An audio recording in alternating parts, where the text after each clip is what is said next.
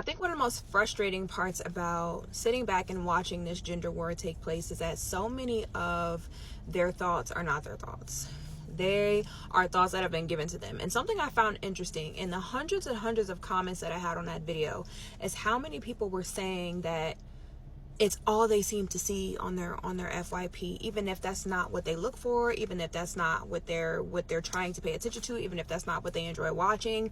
They see a lot of this gender war content, which makes me believe that it's being pushed to us on purpose.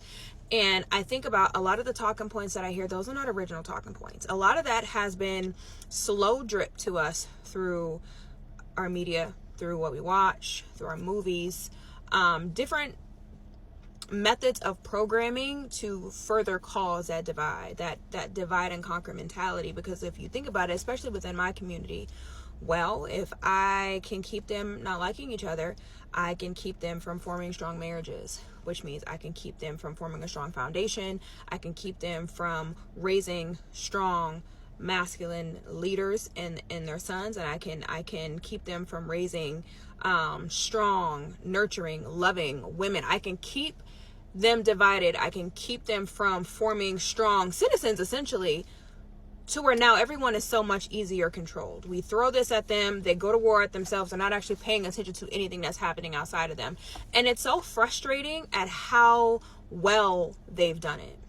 So many of us do not realize that we are puppets and pawns in this thing. And it's even more frustrating for me as somebody who had to learn it all the hard way.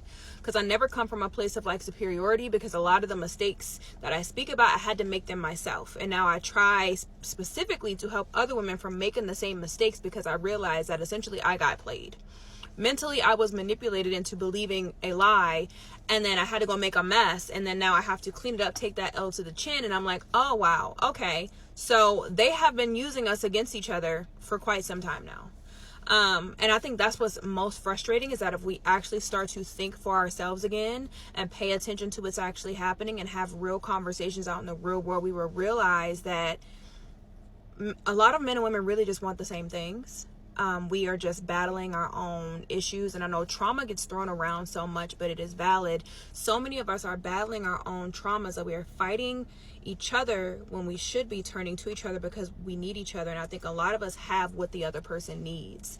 It's just we can't get out of the aggression fighting mode and seeing each other as an enemy, when we absolutely have a greater enemy. Because we didn't do this to ourselves. This is something that has been happening throughout the generations, to where now this is where we are. And it's so frustrating to see that